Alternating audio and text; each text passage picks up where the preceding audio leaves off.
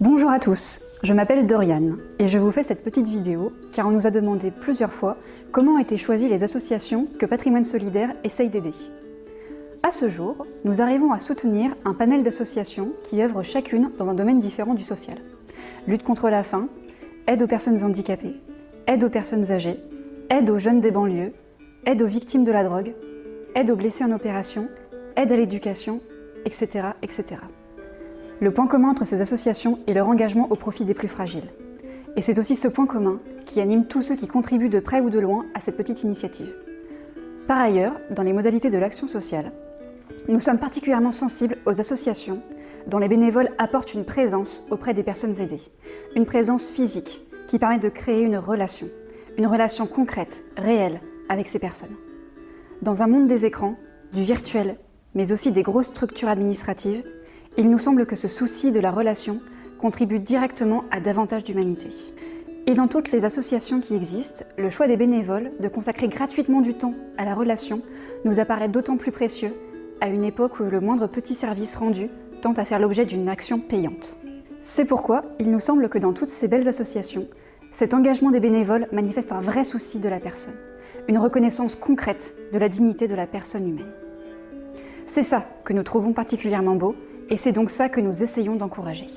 D'ailleurs, sur la page Association Solidaire du site, nous avons mis quelques belles initiatives. Je vous invite à aller y jeter un œil. Tout d'abord parce que c'est toujours un encouragement pour les bénévoles de ces associations. Et puis, ça donne un aperçu de l'imagination et du bel engagement de tant de personnes de cœur qui se sentent responsables et choisissent de passer à l'action. Cela ne fait pas de bruit, mais c'est tellement inspirant de voir tant de personnes qui choisissent de ne pas se laisser distraire par toutes les sirènes de la classe de loisirs et qui ne se réfugient pas derrière l'absence de temps ou de moyens. À ce jour, pour ce qui nous concerne, on a choisi de se limiter à une dizaine d'associations. Déjà, car on ne peut pas aider tout le monde, et donc il fallait faire un choix. Et puis, on préfère faire des dons un peu substantiels à quelques associations plutôt que de faire de tout petits dons à plein d'associations. Pour que l'initiative fédère le plus largement possible, on a aussi privilégié des associations dont l'action est reconnue et pleinement consensuelle. Ça permet à tout le monde de se retrouver dans la démarche et d'être motivé pour y participer ou pour la relayer. Et puis, on s'assure aussi de soutenir des associations qui sont rigoureuses dans la gestion de leurs dons.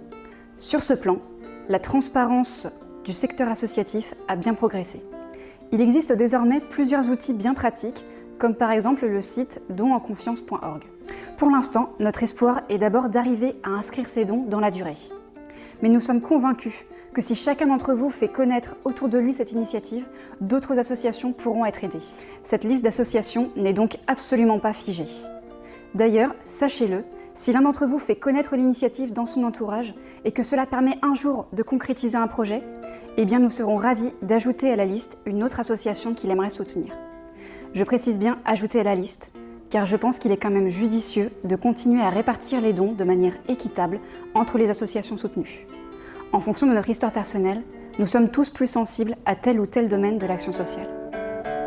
Cette approche est donc un ferment d'unité et rappelle qu'on peut tous contribuer à notre niveau, quelle que soit notre situation ou notre sensibilité.